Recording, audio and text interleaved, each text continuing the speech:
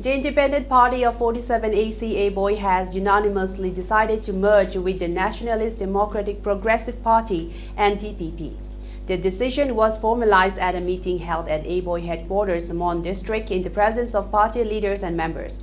Led by its president, Yongwem Konyak, the Independent Party affirmed its commitment to working under the dynamic leadership of NDPP State President Chingwang Konyak and Nagaland Chief Minister Nephew Rio. The party emphasized its resolve to serve the people, uphold their faith in the leadership, and contribute to taking the NDPP to greater heights in the region. Yongwem Konyak stated the decision reflects our dedication to fostering social political understanding and strengthening one of Nagaland's most popular parties. The NDPP's strong and stable leadership, coupled with its policies and developmental programs, inspired us to join forces for the betterment of Nagaland.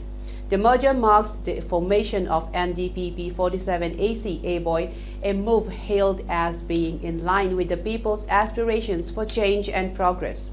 The meeting concluded with a unanimous resolution expressing unwavering confidence in the visionary leadership of State President Chingwang Konyak and Chief Minister Nephew Rio, pledging full support for their future endeavors.